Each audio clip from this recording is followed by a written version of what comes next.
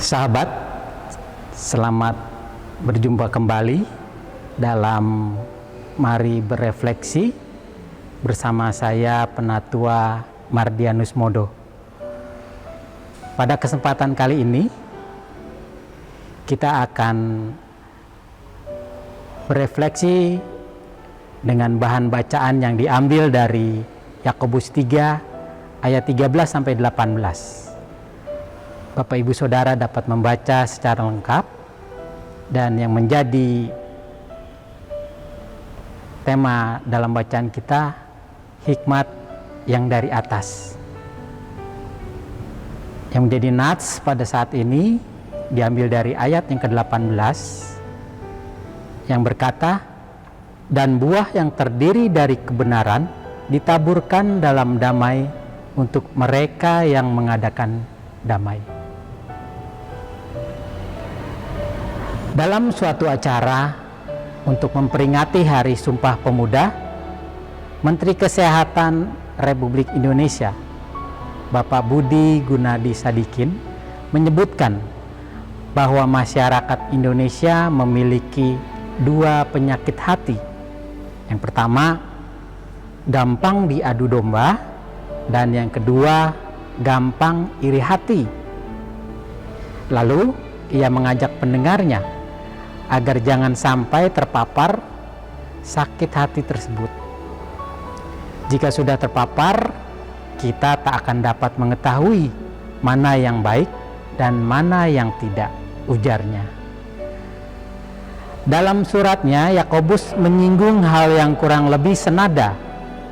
Isi dari surat Yakobus merupakan nasihat dan pengajaran untuk menguatkan iman jemaat dan meluruskan beberapa pemahaman yang keliru dalam kehidupan jemaat Kristen perdana.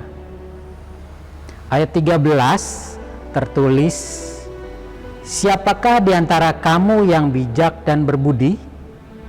Pernyataan ini ditujukan kepada para guru dalam jemaat.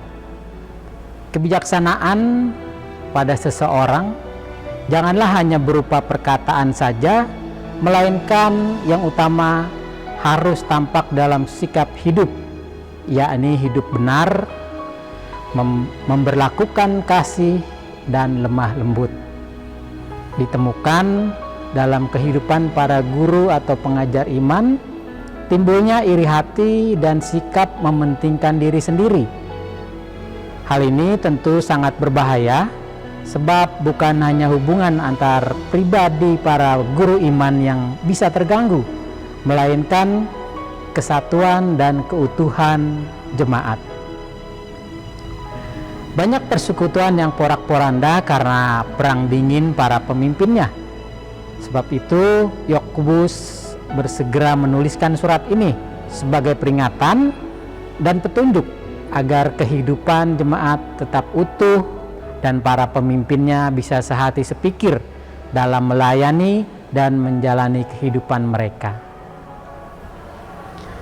Nasihat Yakobus bagi kehidupan kita di saat ini adalah iri hati bisa muncul dalam diri semua orang, khususnya dalam relasi sesama rekan kerja atau rekan sepelayanan. Akar iri hati adalah kurang rasa bersyukur atas berkat dan karunia yang Tuhan berikan pada masing-masing orang yang memang berbeda-beda satu dengan yang lain. Iri hati mudah berkembang ketika telinga kita dipengaruhi oleh pendapat orang lain, bahkan asumsi yang belum tentu benar. Karenanya Yakobus mengingatkan bahwa perasaan negatif itu bukanlah hikmat yang dari atas. Kita seharusnya memohon hikmat dari Tuhan dan jangan terpengaruh oleh suara dunia yang sebenarnya berasal dari si jahat yang bisa memakai siapapun, termasuk mungkin orang terdekat dan orang yang kita percaya untuk menaruh rasa benci dan memecah belah suatu persekutuan jemaat. Hikmat dari atas memiliki ciri murni atau penuh ketulusan, pendamai, ramah, penurut, belas kasih, tidak memihak dan tidak munafik. Persekutuan yang hidup dalam tuntunan hikmat Tuhan maka akan mengalami damai sejahtera, sebab hikmat Tuhan selalu membawa kita berada pada pihak kebenaran. Nah, tema refleksi kita saat ini adalah iri hati versus sehati. Jadi tentunya sebagai anak-anak Tuhan, kita memilih sehati dalam kehidupan kita, dalam pelayanan kita. Sikap sehati itu tercipta ketika kita memberi diri untuk ikut merasakan bersama atau ikut melangkah bersama.